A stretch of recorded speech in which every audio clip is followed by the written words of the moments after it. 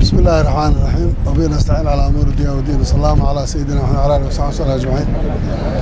waxaa sharaf weyn noogu ah iyadoo aan halkan ku taaganahay madaxweynaha cali masaarkiisa aan u leeyahay martida aan u nahay Mr. Axmed Ducaale Xaaf iyo madaxweynaha Puntland dowlad goboleedka Puntland Cabdiweli Maxamed Cali Gaas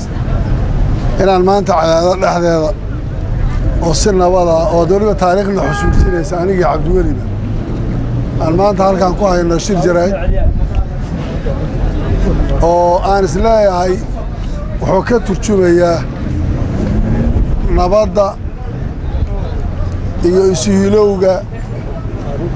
iyo xiisaha dadku ay isu qabaan markaan uga mahad celiyo aanan uga hambaliyeeyo Mr. Xaaf iyo xafladiisa cali masaarka waxaa kaloo u mahad celinayaa waftigii ka yimid Puntland oo ficlan go'aansaday inaynan noqonin nabadda daraadeed iyagoo oo doonaya walaalahood galmudug inay la wadaagaan wax badan taasina ay sababto inaan saaka iyo ilaa xalay fadhiyo goosgoos ku jiray saakan aanu ka wada hadalnay sida labada deegaan labada dowlad goboleed ee deriska ay walaalaha ah wada shaqayntooda iyo is-ixtiraamkooda iyo nabadda ka wada shaqayntooda sida labada hogaamiye ay daacad uga tahay aan isleeyahay labadubana way u leeyihiin daaqo iyo qudrad inay hawsha ka shaqeeyaan qodobada aan ku heshiinayna ay ka mid ahayd bal marka ugu horeeya iyadoo bishii Ramadaan lagu jiro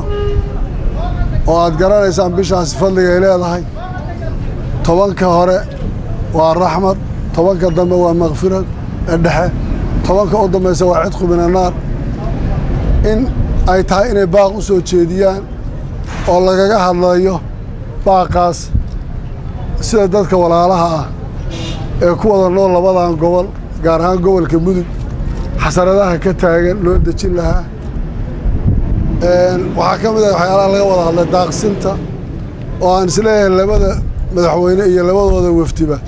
waxay uga hadleen si geesinimo leh waxaana iiga muuqanaysay geesinimo adag oo ay u qaateen dhinaca nabadda iyagoo ka hadli doona dhinaca daaqsinta wixii laga gaadhay isdhexmarka mataqaanaa arrinta gaalkacyo laftirkeeda iyo xalkiga wadambaysta sida looga gaadhi lahaa taasoo dowladda federaalkiina ay nagula jirto madaxweynuhuna dardaarankiisa uu ka lahaa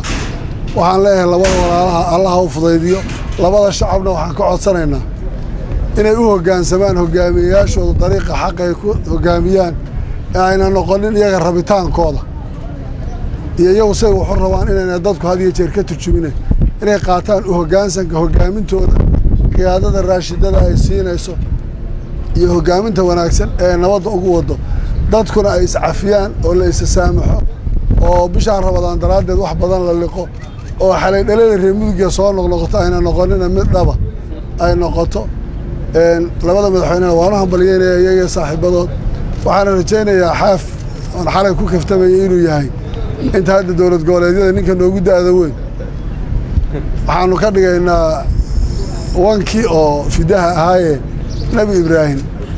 markii la wiilkaaga Ismaaciila gowrac ee uu soo dhigay kabshul fidaa baa loo soo dhigay wan baa loo waxay markaa nabadda galmudug iyo Puntland waxaan ma odaygeedii inuu isaga yahay isna hadda uu diyaar u yahay inuu dariiq kasta oo la mari karo la maro aad baad u mahadsantahay waxaan jeclahay qodobada inay iyagu ka hadlaan